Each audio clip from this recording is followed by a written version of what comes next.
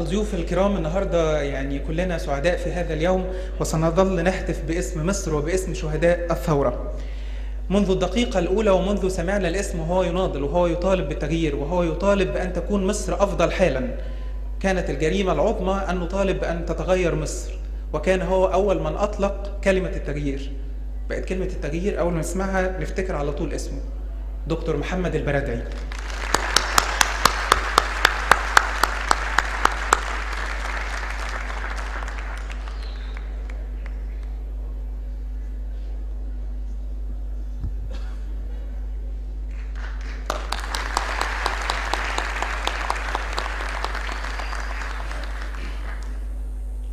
بسم الله الرحمن الرحيم.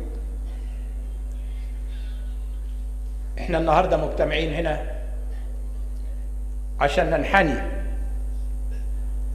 تقديرا وعرفانا بكل شهيد وشهيده ضحوا بحياتهم من اجل ان احنا نجتمع النهارده مصريين احرار مستقلين، عندنا فخر ببلدنا، عندنا امل في مستقبلنا.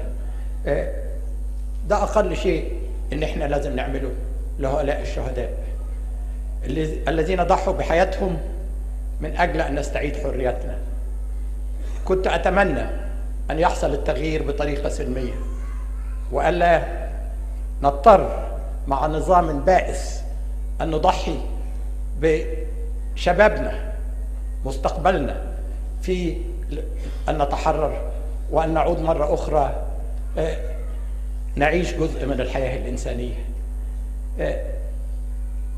أنا مش عارف إلا أني أقول لكل أم وكل أب: ولادكم دمهم ما راحش سدى، ولادكم سيتذكرهم مصر والتاريخ، إن أنتم اللي بديتوا الطريق، أنتم رأس الحربة اللي من أجلها مصر استعادت عافيتها. احنا لسه في مفترق الطريق. اللي بيحدث اليوم على بعد خطوات في ميدان التحرير دليل ان احنا الثورة ما زالت قائمة، ان احنا لابد ان نستمر لنحقق اهداف الثورة، ولن نرى ان احنا ادينا واجبنا نحو هؤلاء الشهداء ما لم تحقق الثورة اهدافها.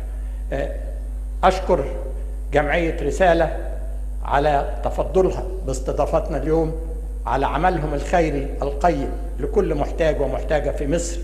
نحن في موقع يجب جميعا أن نساعد الفقير قبل الغني، وأن نركز كل جهدنا في المرحلة القادمة على أن يكون كل مصري له الحق في الحياة الحرة الكريمة. ربنا يوفقكم، وبإذن الله في طريق النصر.